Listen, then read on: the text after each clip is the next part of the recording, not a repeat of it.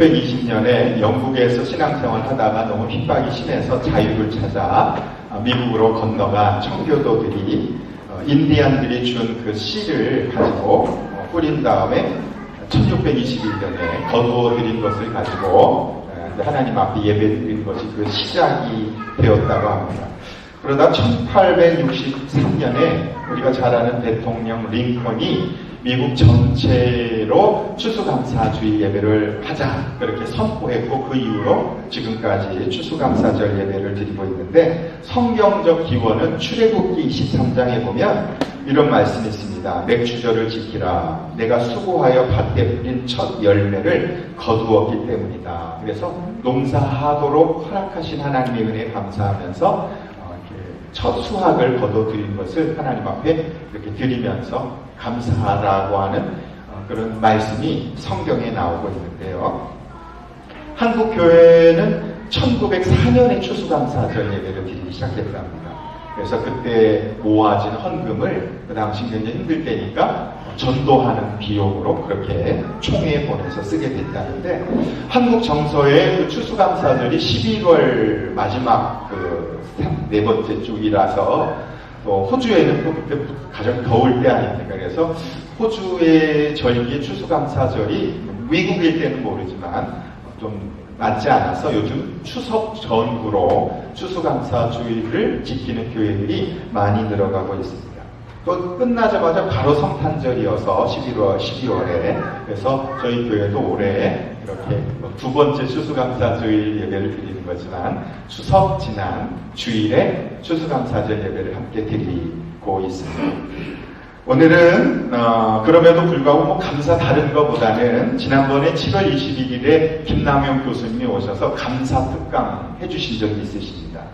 그리고 2개월이 지났는데 그때 그 교수님 말씀하시기를 감사의 능력에 대해서 말씀해 주셨고 그리고 한번 감사를 써봐라 3개월만 해봐라 이렇게 이제 말씀을 하셔서 하시는 분도 있고 못 하시는 분도 있으실 것입니다. 저는 하고 있는데 거의 뭐 빠지는 날도 지금까지 뭐 며칠은 4, 5일 정도 빠지긴 했지만 거의 매일 처음에는 5감사 하다가 요즘은 30개, 30감사를 하고 있는데 최근에 좀 바빠서 그런지 좀 게을러져서 그런지 20감사 또 이렇게 조금 줄어들었는데 어쨌든 30감사를 거의 한 달여 하고 있습니다. 그래서 오늘 감사에 대해서 한번 좀 과학적이고 또 현실적인 내용으로 인해서 지난번 들었지만 요약해서 좀 나누고 그리고 감사에 대해서 함께 나누려고 합니다. 하나님께서 모든 사람들에게 그냥 주신 것들이 참 많은데 뭐 햇빛, 공기, 돈 내는 거 아니지요. 그 외에도 하나님 우리에게 주신 것 시간을 하나님 주셨습니다. 하나님이 생명을 주셨죠. 또 하나 주신 것이 있다면 말을 주셨습니다. 그래서 많은 사람들은 그 시간과 말을 어떻게 쓰느냐에 따라 그 사람의 인생이 달라진다. 그런 말 많이 하지 않습니까? 언어학자들은요, 사람들이 하는 말을 들어보면 그 사람의 미래를 알아맞힐 수 있다고 말하는데, 심지어 제가 가정사역을 한국에서 하면서, 유명한 가정사역자는 부부들이 둘이 서로 이야기하는 말을 15분만 들어보고 그 부부의 미래에 이혼할 것인지 안 할 것인지를 맞췄는데요. 10년 후에 정확도가 80%, 90%까지 맞출 수 있었어요. 그러니까 부부가 서로 말할 때 비난하거나 정죄하거나 판단하거나 이런 말을 하면 점수를 계속 매기는 거예요. 그래서 어느 정도 점수가 넘어가면 이미 이 부부 사이에는 친밀도가 떨어져 있기 때문에 앞으로 행복한 삶을 살아갈 수 없다 예측했는데 그것이 정확하게 맞는다라는 거죠. 반대로 그 반대의 말을 하면 결국 행복해질 수 있다라는 거죠. 그래서 성공한 사람들은 말부터 다르다 말합니다. 굉장히 진취적이고 긍정적인 말을 하는 사람들이 대부분 성공한 사람들인데 유명한 현대그룹의 정주영 회장의 유명한 말들이 참 많지만 임자, 해봤어? 이 말 들어보셨죠? 뭘 하다가 이거 힘든데 그러면 임자, 해봤어? 해보고 말해. 그것이 그 정주영 회장의 현대를 만드는 결정적 계기가 된다. 이런 얘기 우리 많이 들어봤을 겁니다. 결국 우리가 도전적이고 긍정적으로 말하는 사람은 그 말은 그 사람의 정체성이라고 할 수 있겠죠. 제가 이 설교 준비를 하면서 새로운 걸 하나 깨달았는데요. 우리 뇌의 언어 중추신경은 언어를 관장하는 그 뇌는 다 다르잖아요. 몸에 명령하는 부분이 다른데 언어를 관장하는 그 자율신경계는요, 주어를 구분하지 못한다는 거예요. 주어를 구분하지 못한다. 예를 들면 A에 대하여 A는 이래 이렇게 말했는데 그것이 A를 향하여 말한 건지 나를 향한 건지에 대해서 남지 않고 A는 굉장히 건방져 말하면 그것이 내가 건방지다라고 말을 들은 것처럼 그렇게 저장을 한대요. 그런 경험이 있으세요? 아니 10년 전 오래된 이야기인데 힘들고 어려웠던 거 이렇게 얘기하다 보면 화났던 거 얘기하면서 짜증날 때 있죠. 얘기하면서 신경질이 더 나. 그런 경험 많이 있으시죠? 네. 저만 했나? 그래요. 그래서 그렇게 하고 나면 그날 저녁에 굉장히 기분이 안 좋은 경험들을 해요. 그래서 목사님 2년 전 어땠어? 그래서 또 흥분해서 그 얘기를 하다가 보면 그날 저녁에 이상하게 감정적으로 굉장히 다운이 되고 기분이 나빴던 경험을 제가 하는 거 보면서 이 뇌가 언어를 관장하는 이 뇌는 주어를 구분 못한다. 무슨 말입니까? 내가 누구를 향해 말하는 것은 결국은 내 뇌에 저장된다라는 것이죠. 반대로 말하면 감사와 기쁨을 말하면 좋은 것을 말하면 그 사람에 대해서 칭찬한 것인데 그렇게 받아들이지 않는 거예요. 그게 나를 향하여 칭찬한 것으로 인식해서 내가 기분이 좋은 거예요. 이해가 가시죠? 결국 사람의 감정이란 우리의 감정, 기쁘다, 힘들다, 슬프다 이것은 내 뇌가 내가 사용한 말을 받아들여서 분비하는 호르몬 분비의 결과인 거예요. 지금 제가 드릴 말씀은 굉장히 과학적인 겁니다. 제 논리가 아니에요. 내 뇌는 결국 내가 한 말을 어떻게 받아들였느냐에 따라 그 감정을 만들어내는 거예요. 결국 기분이 좋다, 나쁘다는 남이 만든 게 아니고요. 내가 뇌에서 만들어낸 결과를 내가 기분이 나쁘고 기분이 좋고 불안하고 이거 결국은 내가 만들어낸 거예요. 성경은 그래서 악한 말은 너희 입 밖에도 내지 말라 그렇게 말씀하신 이유가 뭘까? 그것 때문에 그런 거예요. 너 그렇게 말하면 너 손해야 이 뜻이에요. 너 손해야. 너가 악한 말하고 부정적인 말하면 너의 감정은 부정적이고 자꾸 악해져. 그래서 자꾸 그런 결과가 만들어져. 그럼 하지 마. 이렇게 말씀하신 거예요. 나를 지키기 위해서. 이사야서 57장 19절에 이런 말씀이 있습니다. 이제 내가 말로 평화를 창조한다. 말로 평화를 창조한대요. 여기 창조한다는 이 단어가 창세기 1장 1절에 태초에 하나님이 천지를 창조하셨는데 그 창조와 똑같은 단어예요. 아무것도 없는 상태에서 하나님이 말씀으로 세상을 창조하신 것처럼 내 말로 오늘 내 삶의 평화를 만들어낼 수 있다라는 거예요. 그래서 먼 곳에 있는 사람, 가까운 곳에 있는 사람들에게 평화가 있어라 이렇게 말하면 너의 삶의 평화가 이루어진다는 거예요. 이게 성경의 약속이에요. 그러면서 주님께서 약속하신다. 내가 너 고쳐줄. 그러나 악인들은 요동하는 바다와 같이 쉬지 못한다. 계속 격동하는 거예요. 계속. 그래서 성난바다는 진흙과 더러운 것을 솟아올릴 뿐이다. 그 가라앉았던 찌꺼기들을 계속 끌어올리는 그 일이 네가 하는 거다. 남이 만들어내는 게 아니라. 그러면서 나의 하나님께서 말씀하신다. 그런 악인들에겐 평화가 없다. 결국 우리의 말로 우리의 평화를 만들 수도 있고 만들 수도 없다라고 하는 것은 내 입에 말의 능력에 달려있다. 그런 창조의 능력이 오늘 우리들에게 있다는 것이죠. 우리는 내 기준과 내 형편과 내 능력에 따라서 말하지만 그렇게 말하지 말래요. 너는 천지를 창조하신 하나님의 자녀다. 그리고 그분이 말씀이 육신이 돼서 이 땅에 오신 예수 그리스도를 믿지 않느냐? 그런 그 예수 그리스도를 믿는 믿음으로 말하라는 거예요. 너를 죽음에서 살리시고 영원한 심판에서 건져내신 그 예수 그리스도를 마음에 모시고 있다면 그분의 말씀을 전하라는 거예요. 그러면 너에게 평화가 임할 것이다. 병이 고쳐질 것이다. 인생이 달라질 것이다. 어둠이 물러갈 것이다. 이 세상을 창조하신 하나님의 약속이에요. 세상에는 두 종류의 인생이 있는 것 같아요. 자신의 힘으로 몸부림치며 살아가는 사람이 있어요. 안 되면 내가 하다가 힘드니까 그냥 내 말하는 거죠. 인간적인 말하는 거죠. 두 번째, 하나님의 능력을 믿고 말하는 사람이 있어요. 나는 지금 힘들어. 나는 어려워. 나는 지금 불편해. 그런데도 하나님의 말씀의 능력을 믿고 그 말씀을 입으로 선언하고 선포하고 그렇게 말하는 사람이 있어요. 믿음의 사람이죠. 그런 사람의 인생에 평화가 임할 것이다.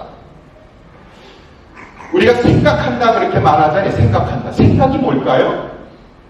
생각한다. 누가 말하는 게 아니라 내가 지금 나하고 이야기하는 거거든요. 생각이란. 결국 생각은 나와 내가 대화하는 것이 생각입니다. 내가 나하고 무슨 얘기를 하느냐가 생각이라고요. 요즘 무슨 대화를 나하고 하고 계세요?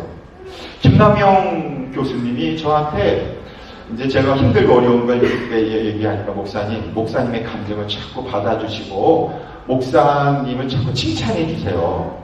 그러니까 내 안에서 부정적인 게 일어날 때마다 얘기해 주라는 거예요. 망규야, 괜찮아. 그거 걱정하지 마. 그러니까 내가 나한테 말해 주라는 거. 그게 생각이거든요. 그렇게 해보니까 신기하게 금방 이 감정이 막 올라가다가 금방 이렇게 가라앉는 경험을 참 많이 했습니다.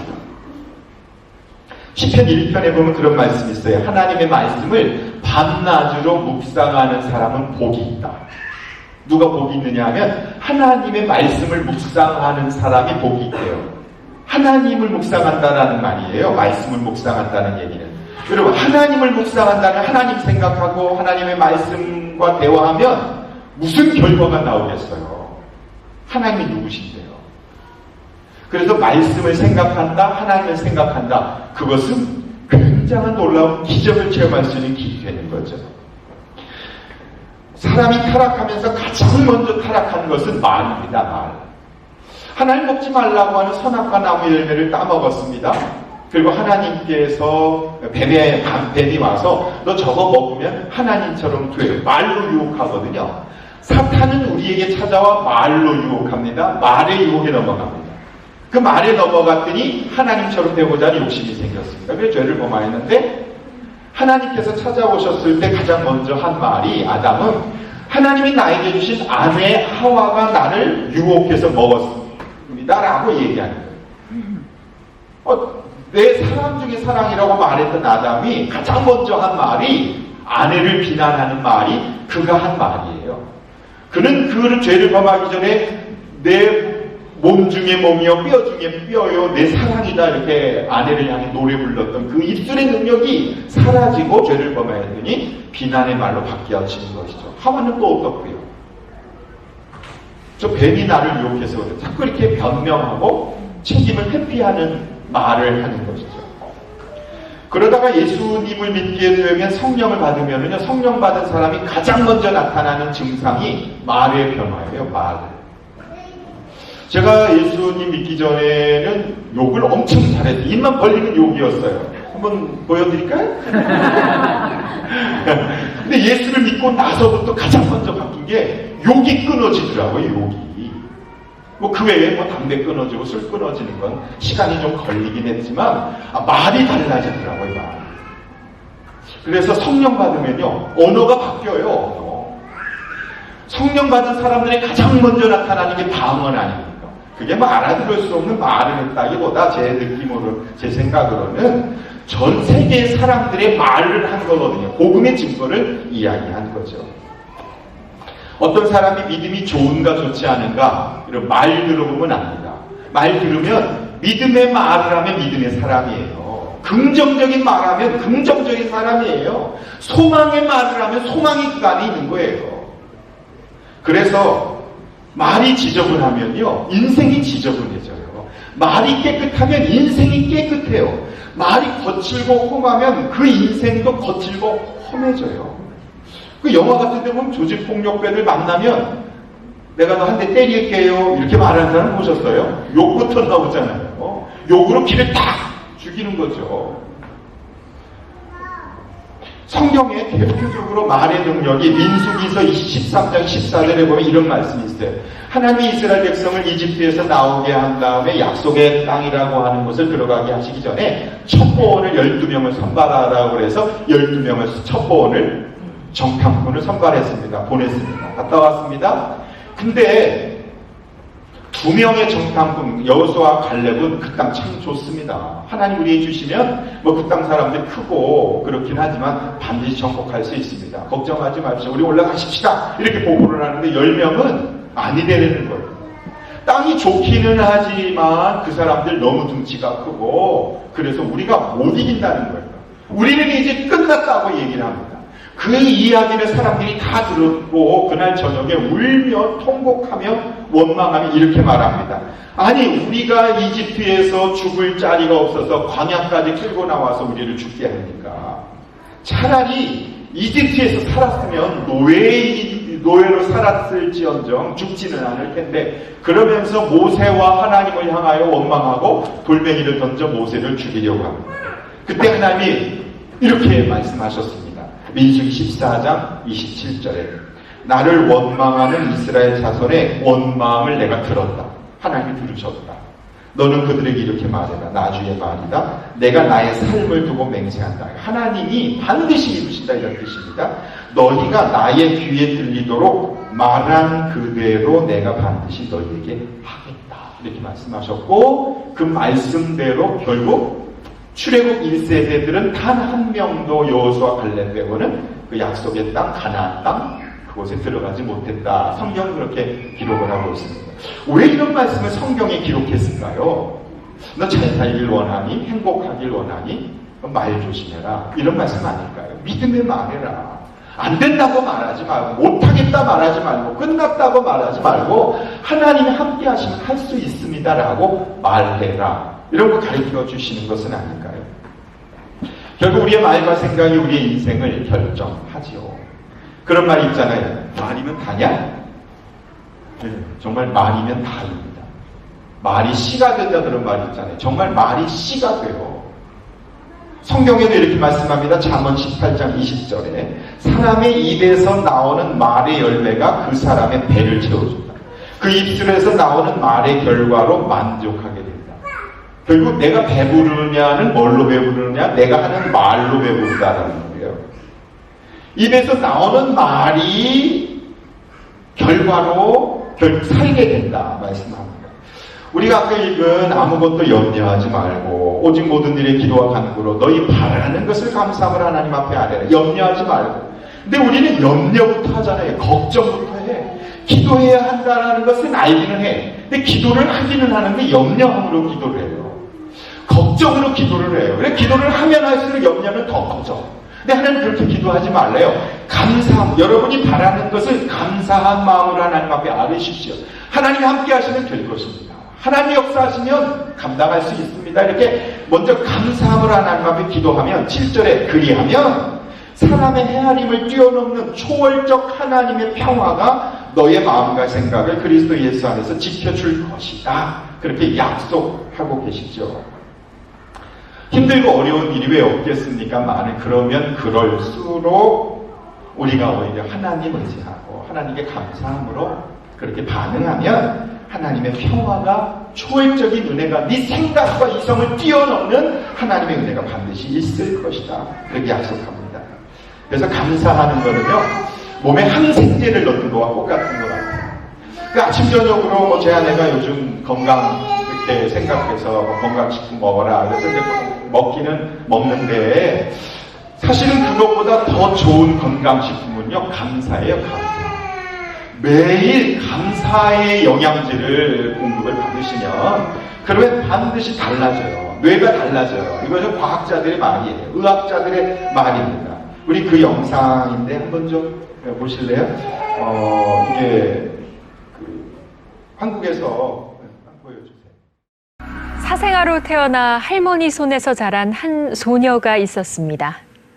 삼촌의 성폭행으로 14살의 나이에 미혼모가 됐고 마약과 알코올에 빠져 청소년기를 보냈습니다. 세계에서 가장 영향력 있는 사람 중에 한 명이자 토크쇼의 여왕이라 불리는 오프라 윈프리의 얘기입니다. 그녀가 이렇게 절망적인 시간을 딛고 일어서는데 힘이 돼준 것은 바로 감사일기라고 하죠. 소소한 일상에서 느끼는 감사의 마음이 때론 내 몸과 마음의 변화를 넘어 우리 삶의 많은 것을 바꾸기도 합니다. 이런 50분은 서울의 한 작은 신문사. 올해로 입사 7년 차인 유지미 씨는 얼굴에 늘 미소가 넘치는데요. 하지만 그녀도 처음부터 밝고 긍정적인 사람은 아니었습니다. 유지미 씨를 변화시킨 건 바로 감사일기. 점심 식사 후에 커피를 이제 마셨는데 커피를 마실 시간이 있고 또 커피를 마실 돈이 있어서 감사하다. 이런 내용들 강의를 들었어요. 저도 하루에 뭐 100가지씩 감사한 거를 열심히 이렇게 쓰면서 감사가 습관화되면 삶이 달라질 수 있다. 그래서 달라진다는 의미가 뭔지 너무 궁금해가지고 쓰게 됐어요.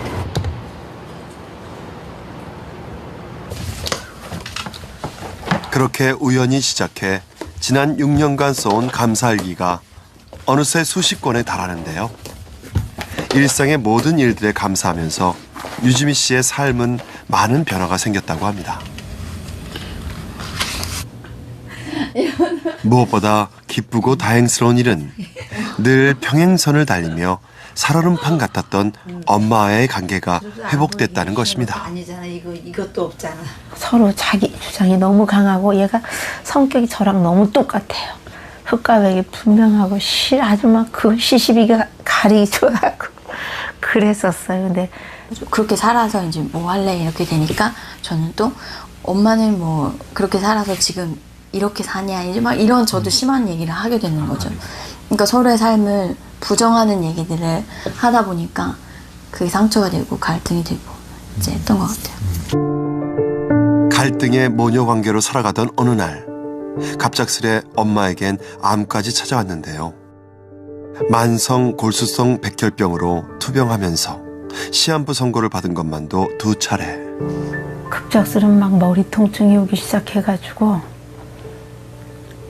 그냥 쓰러져가지고 일어나지도 못하고 그래서 119에 몇 번을 실려가고 이제 3개월 남았다고 이제 교수님이 우리 식구들을 다 불러놓고 3개월 남았으니까 가족들 보고 싶은 사람들 다 불러주고 그렇게 하라고.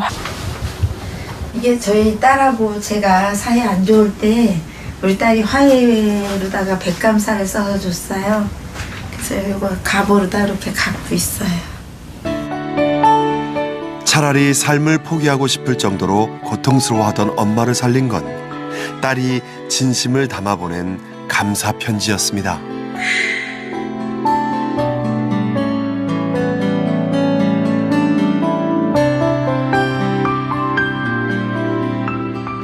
백가지는 처음에 못 쓸 줄 알았어요.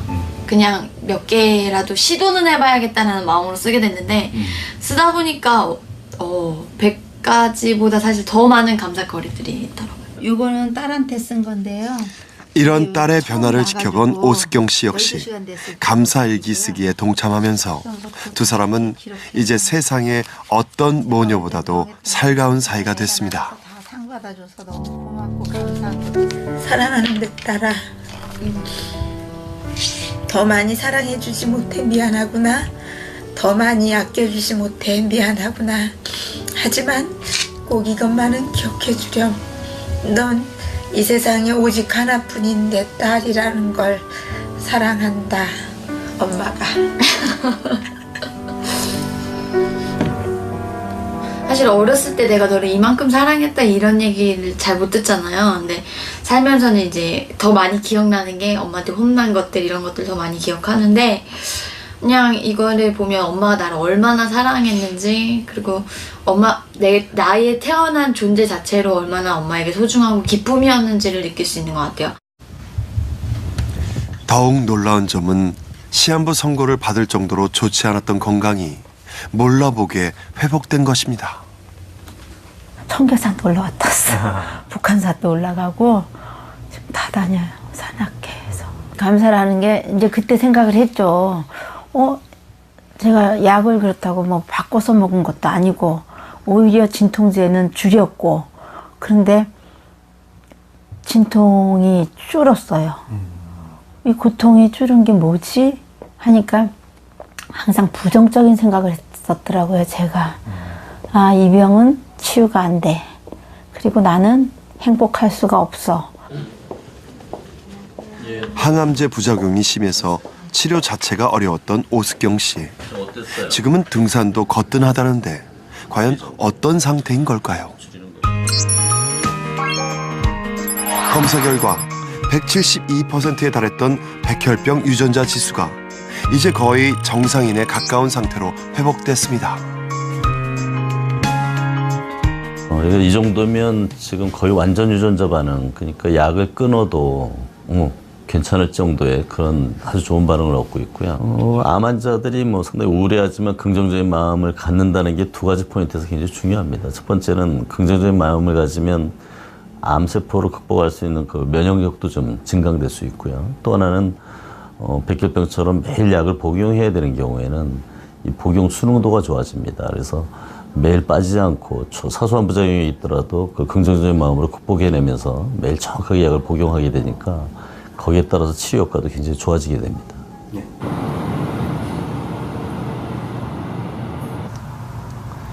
폴 밀스 교수는 감사하는 마음이 우리 몸 건강에 불러오는 효과를 연구하고 있습니다. 자신의 삶에 긍정적이고 감사하는 사람은 그렇지 않은 사람과 비교해 신체적으로 어떤 차이가 있는지 궁금했다는데요. 186명의 신부전증 환자들을 대상으로 연구한 결과 감사함을 잘 느끼는 사람일수록 더 잘 자고 덜 우울하고 심장 기능도 좋았다고 합니다. 더욱 놀라운 사실은 이들 신부전 환자들에게 8주간 감사 일기를 쓰게 했더니 염증성 지표 지수가 떨어졌다는 것입니다. And they recorded a couple of things each day that they felt grateful for. And they could record it in the morning, in the afternoon, in the evening, it didn't matter. And they could write about anything they wanted to. Just generating gratitude in our psyche, regardless of what we're directing that gratitude towards, is where the magic is where the beneficial effects are for us as human beings. 감사함을 느낄 때와 화내고 원망할 때 우리 뇌는 활성화되는 영역이 다릅니다.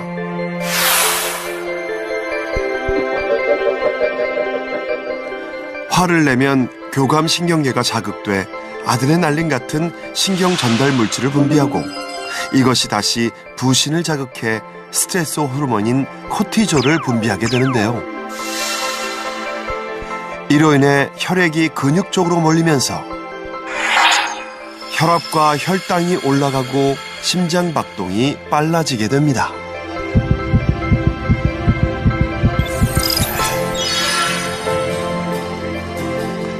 반면에 감사함을 느끼게 되면 측두엽 중 사회적 관계 형성에 관련된 부분과 즐거움과 관련된 쾌락 중추가 작용해서 도파민, 세로토닌, 엔돌핀 등 이른바 행복 호르몬을 분비하도록 영향을 줍니다. 그리고 이들 행복 호르몬의 영향으로 우리 몸은 심장 박동과 혈압이 안정되고 근육이 이완되면서 기분 좋은 행복감을 느끼게 되는 거죠.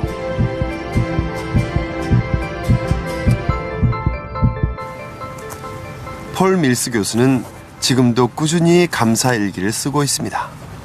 감사 일기를 쓰는 작은 행동이 어떻게 커다란 행복의 나비 효과를 불러오게 되는 걸까요?